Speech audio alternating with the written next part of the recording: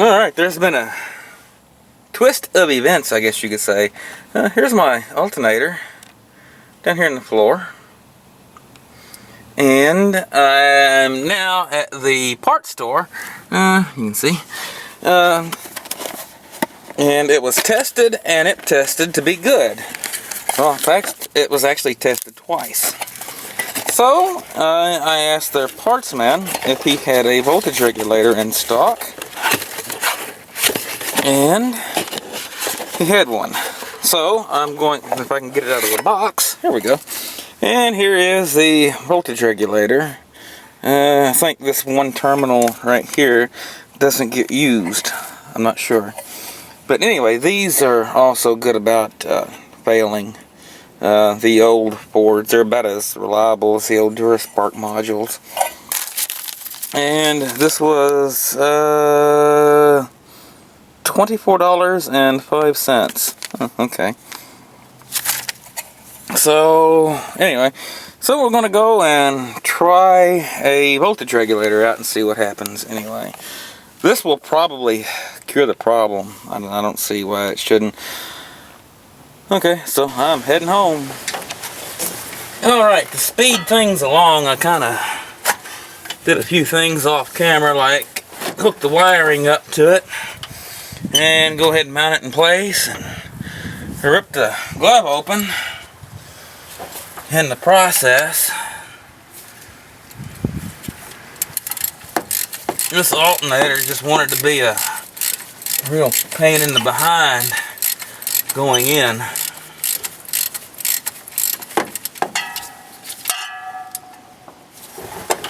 And it looks like it's not going to let up any.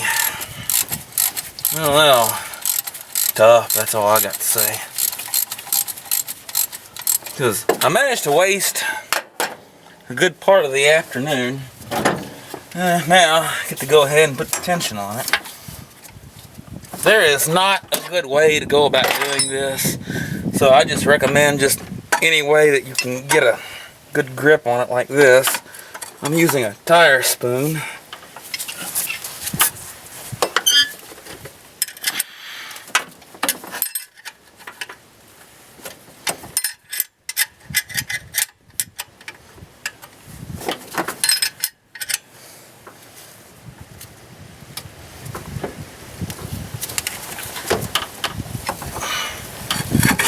That should hold it. Wow.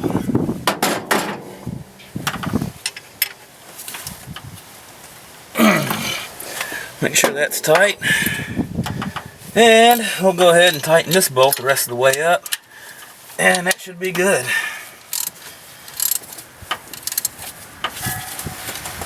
Kind of made it a little difficult that the alternator was still good.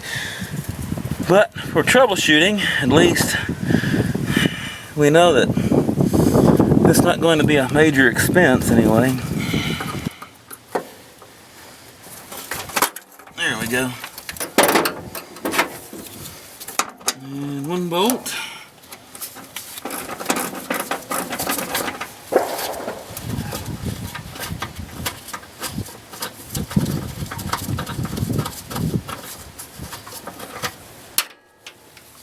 And another one. That's the tricky one.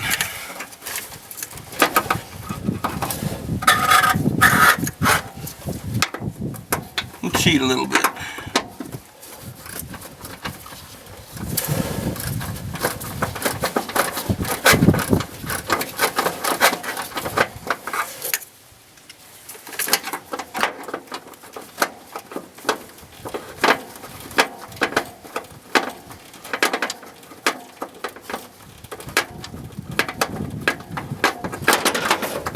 All right.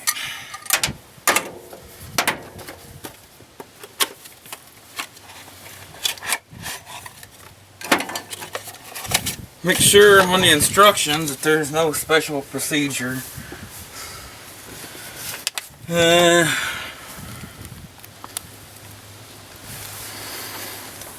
Of course, it says caution, never disconnect either battery terminal with engine running, as this can destroy the regulator. Resulting high voltage can also damage the rest of the electrical system. In order to avoid damaging the new regulator, follow the manufacturer's technical service manual.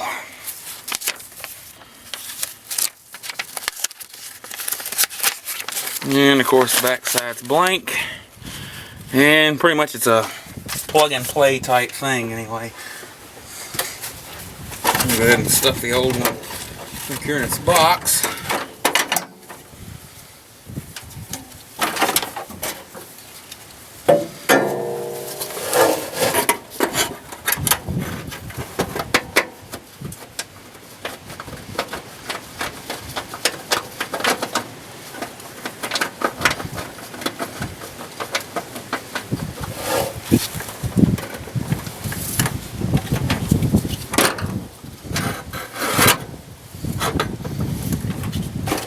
And I got one more screw here.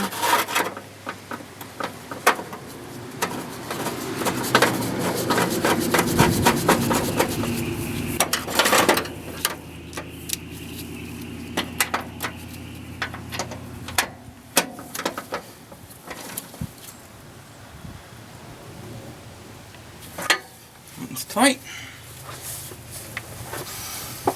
Now to get back in here to get to this one. That could be tricky.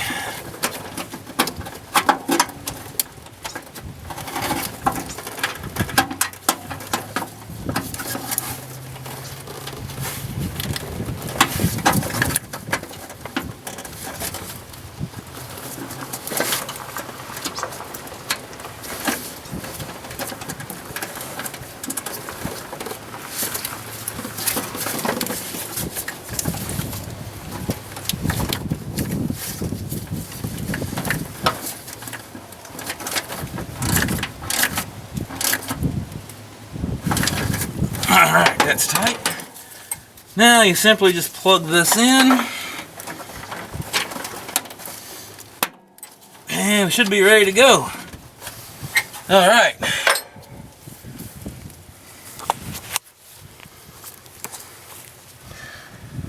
Now, the next thing to do is go ahead and hook the battery terminal back up.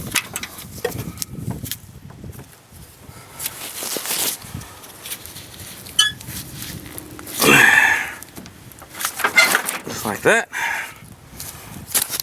and we'll go ahead and tighten it down as soon as I find my half inch. Here we go.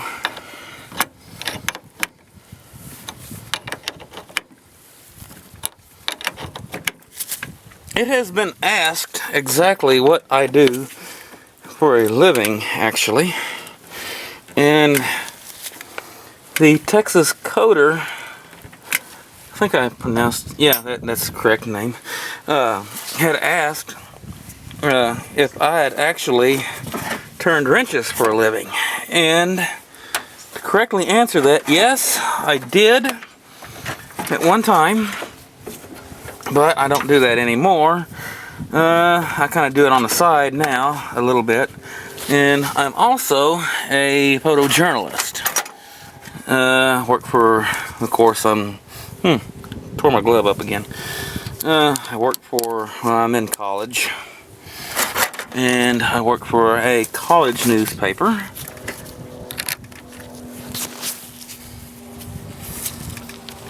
And of course, I'm also, I do other photography on the side. Of course, many of you have seen my camera videos and my camera tutorial videos and everything.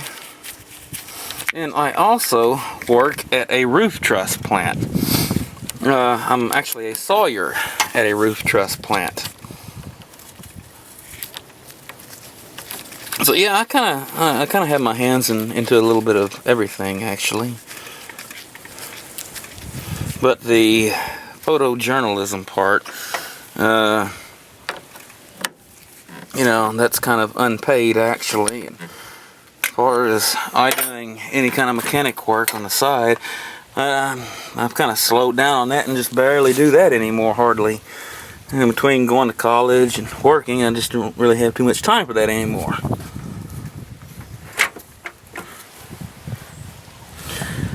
Okay, well, the battery is now hooked back up. And the only thing left to do is we'll go ahead and move my truck over and we'll jump start it. Just needed more power, that's all. Alright, let's try it again. All burning bright. Okay. We'll set the camera down again. And try it again. No. Okay. Like I said, this is the hardest vehicle I have ever seen to jump start. Lights, ignition, contact. Okay, we'll try it again. Lights, ignition, contact.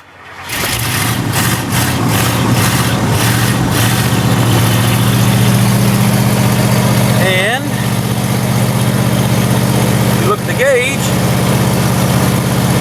It's no longer doing its thing.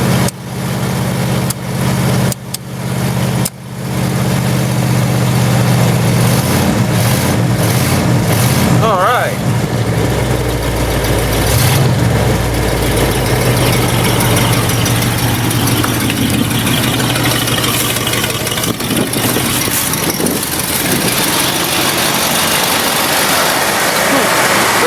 Smoke I stirred up.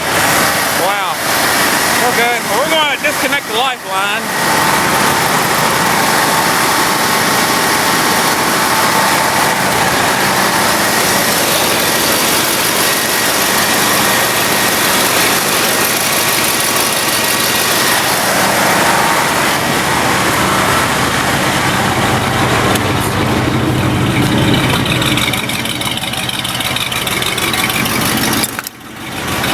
Oh yeah, I'll remove my throttle also.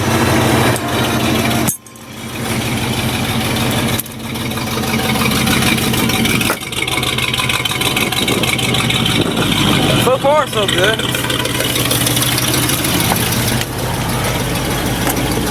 Well, the gauge is no longer doing its fancy thing.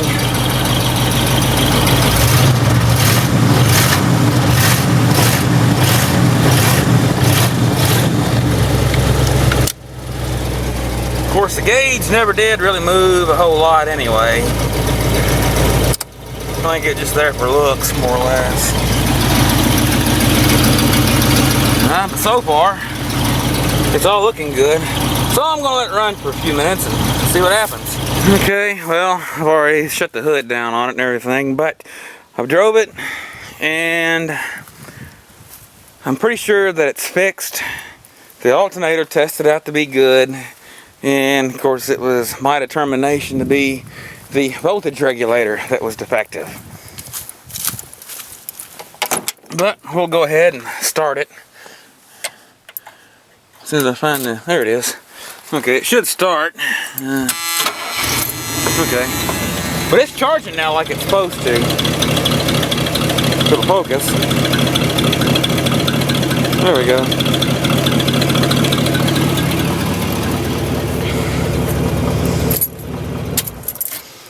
And the only thing now to do is come out in the morning and see if it starts. If it doesn't start, then we'll know that the battery is bad.